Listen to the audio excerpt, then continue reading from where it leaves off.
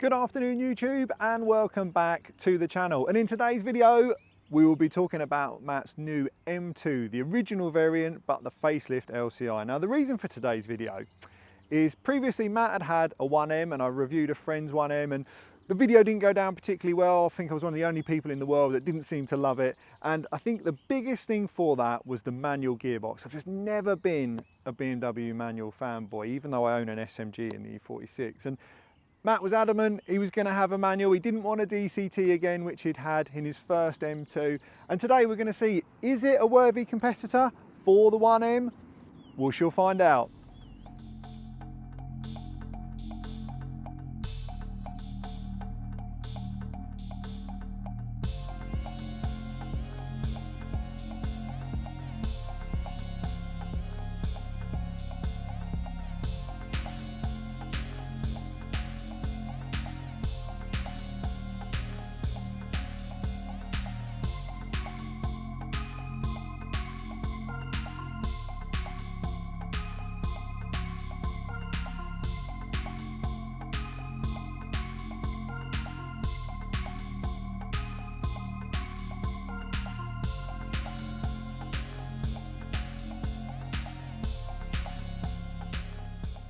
So the car is relatively standard. The only changes are the wheels, and not a model change, just a colour change. For those that are familiar with the standard black sort of polished chrome look, it really lets the car down. And Matt managed to pick these up with a set of 4S tyres on, just in the brilliant bright silver, and it really made a big difference to the cosmetic of the car. Now the only other changes are the mirror caps. Other than that, it is a completely standard car cosmetic wise, and a set of eye-back lowering springs just to clean the height off with some wheel spacers.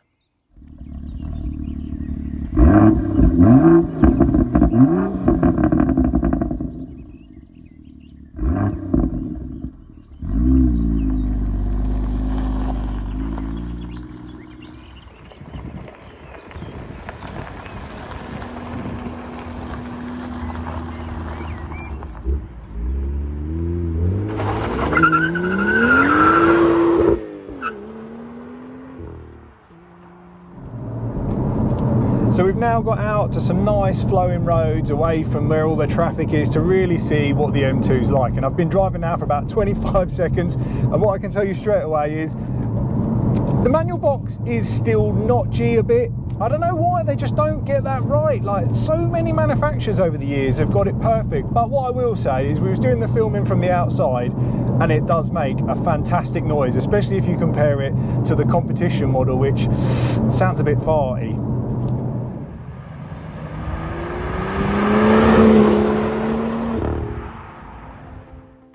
So a quick recap on the figures. The BMW 1M, £40,000 when new in 2011, powered by the M54 3-litre straight 6 turbo engine, producing 330 horsepower, 330 foot-pounds of torque and 369 foot-pounds of torque on overboost, hitting the dry scales at 1,495 kilos and only 450 available in the UK in 3 colours, certainly made for this being a pretty rare car.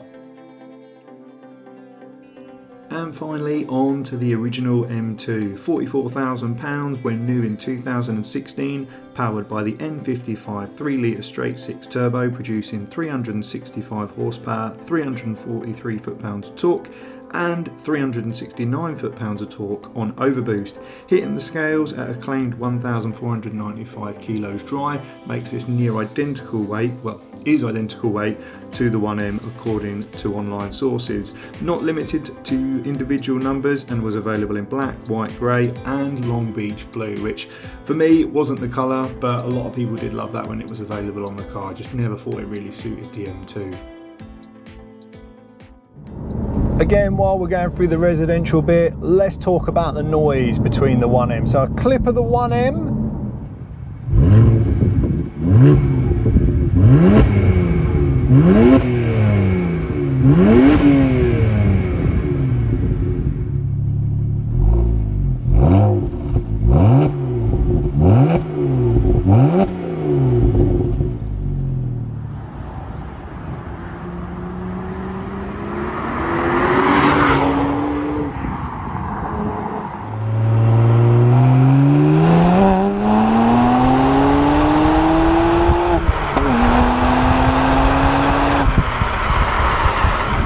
and a clip again of the M2. Let me know in the comments which is better, 1M or M2.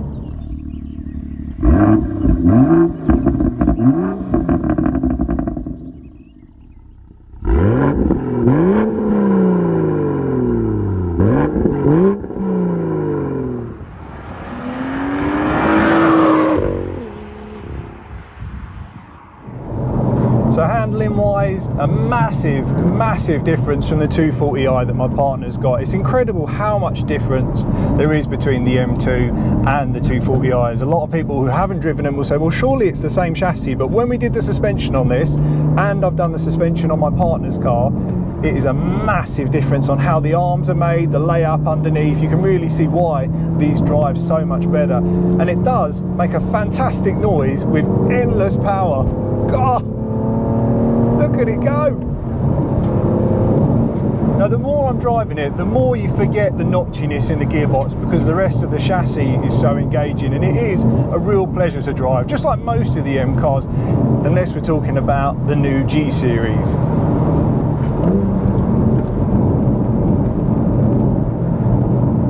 Now the 1M that we referred to earlier, also like the original M2, never had a dedicated S-Series engine, and for those that don't know, like in my E46 M3, the engine code is the S54, and in the E92 V8 is the S65. In the 1M and the original M2, they came with the N-Series engine, which wasn't a dedicated M engine, and for a lot of people, when the M2 competition was released and it was given the S55, it was seen as the true M car. But as for those who have heard, it don't sound great. It don't sound great at all. I've just realised there was also rev matching on there, which I was trying to rev match myself earlier, which I needn't have done.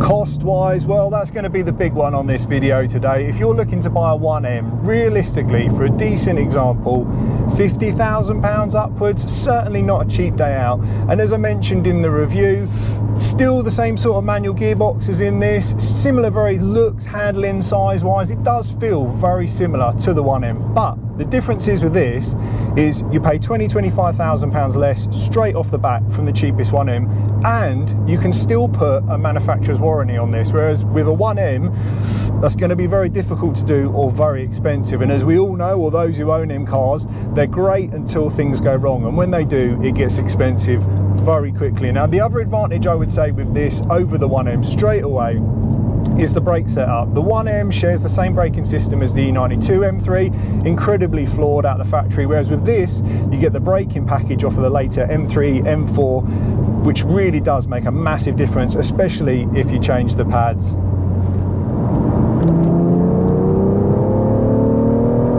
Man, it's got the punch in it.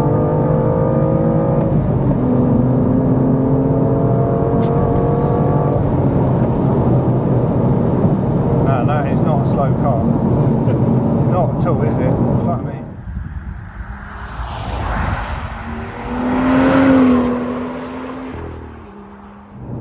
So while we're stuck in a bit of traffic on what is going to be a lovely bit of road, the other advantage with the M2 over the 1M is obviously the technology has come a long way with your system inside that you've got, with obviously the Apple CarPlay that can be uploaded onto this. This has got the digital dash. I've grown to like it more. I must say, I still prefer analog needles, but driving it today, it is cool. It does feel modern, and even though it's not the latest generation of the M2, or even now with the brand new one release, which, yeah, that's a questionable looking car, it's still a really smart package to be inside. This has got the Harman Kardon sound system, as I've mentioned in the E46 and E92. It's one of those options that you really want to tick if you can. So we'll do a quick cool bit of traction. Oh.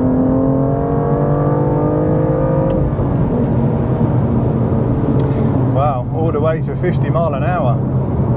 Now me and Matt were just talking whilst doing the review that I was actually quite impressed with the steering feel on this, which I thought it was hydraulic. It actually doesn't feel electrically assisted, whereas the 1M does still run a hydraulic setup. And I must say, it doesn't feel numb or dull. It's got a good feedback on it. It's a nice weight, where again, I'm referring back to other cars which maybe aren't quite fair, but if you drive the M140 or 240, terrible steering feel on those. Really disappointing. It's one of the big things that really let that car down. Whereas if they got it like this, I think it'd actually be a half decent car.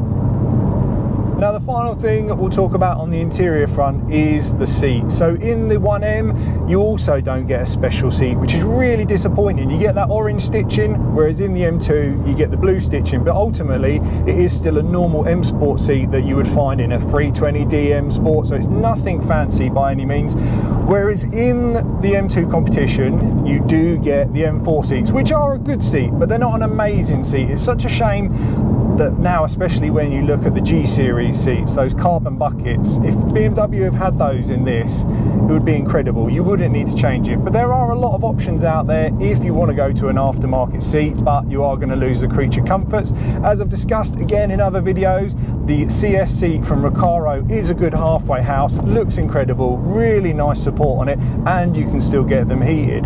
But other than that, I must say, I've really enjoyed driving the M2 today, and the last time I drove one was a DCT. Now, I know Matt's not going to agree with me on this, but I preferred the DCT. For me, it just feels more lively. I don't get the engagement out of a manual in the M Series cars. Whereas in a lot of other vehicles like the S2000, like in my little Clio, yes, not the same power or price category, but it's rewarding to go through a few gears, whereas I'm just not getting that from this today. I'd rather have the DCT with the paddles, the blips on the downshifts. But if you are looking for that driver's car, it's certainly becoming rarer and rarer. We know now, obviously, the new M2 does have a manual gearbox option, but from what I've seen on the reviews, obviously I'm nowhere near that size YouTuber to be able to be given one by BMW, it sounds like it's the same thing, just a bit rubbery, a bit notchy, and unless you're going to pull all the dash apart and put a big CAE shifter or something like a Cooler Works in there, which does the job, and it looks just a bit too much for a daily for me, you're going to have to live with that gearbox, which I say, the more you drive it, the more you get used to it, but it's certainly not something that I find engaging or rewarding to shift through. So yeah, is when you buy a BMW with the electric memory seats, they actually sit about 10mm higher than the manual seats. So although it looks like a weird option to go every option bar electric seats, it makes more sense for those that are taller or like a good driving position. So in the 1M, it had the electric seats, it sat really high, I couldn't get low enough, whereas in this, it's been spec'd with the manual seats, and it just sits nice, just how you want to be in the car, especially for me because I'm 6'2". You start getting to the point where you're on it, you're going to struggle with head clearance for a helmet if you're going to track it. Again, you can go aftermarket seats, but without the electric stuff in there, which realistically, how often do you adjust it? Unless you share a car with someone daily, once you've set your seat, you generally leave it there. To summarise the video, is the M2 the modern day 1M? I would say so. Given what you hopefully have seen today, the weight, the performance, the engine output, it just seems to do it all a little bit better. The technology, the engine revs out harder on the M2 than the 1M, pulling all the way to the red line, whereas the 1M used to get to 6.5 and it just felt a little bit suffocated. The problem is the 1M is an expensive car, and we mentioned you can't get the real manufacturer's warranty with it unless you pay a lot of money, and it's obviously been full BMW service history throughout its life, whereas the M2, there are still options to get those in warranty. The 1M, it's the better looking one, definitely. What an incredible car just to look at, and if it had have come with the V8 along like it did with the drivetrain and the brakes, it would be for me the ultimate M car. And the good news is there are garages that do fit the V8 into the 1M chassis. Just imagine that package with that size and weight, as if it wasn't dangerous enough already. But yeah, it's a tough one, definitely. But for me, the clear winner is the M2, just because of the age, reliability, and the cost to purchase. So hopefully you guys enjoyed the video. If so, do hit that like button, consider subscribing. And again, it's always difficult me filming these because we get a very short amount of time. Matt's kindly let me take the car out quickly, especially when it's your own car and you really get to know it. But I have genuinely enjoyed being back in an M2 again today. And if I didn't have all the ones in the collection that I do, yeah, I'd consider an M2. I think they're a really cool car. Even with it boosted, it makes a nice noise, it revs out well, and it's a good size. Becoming a rare thing on the road now. Cars are getting so big that you can't go for a country lane blast without straddling the entire road. So yeah, cool car. Until the next time, thanks for watching.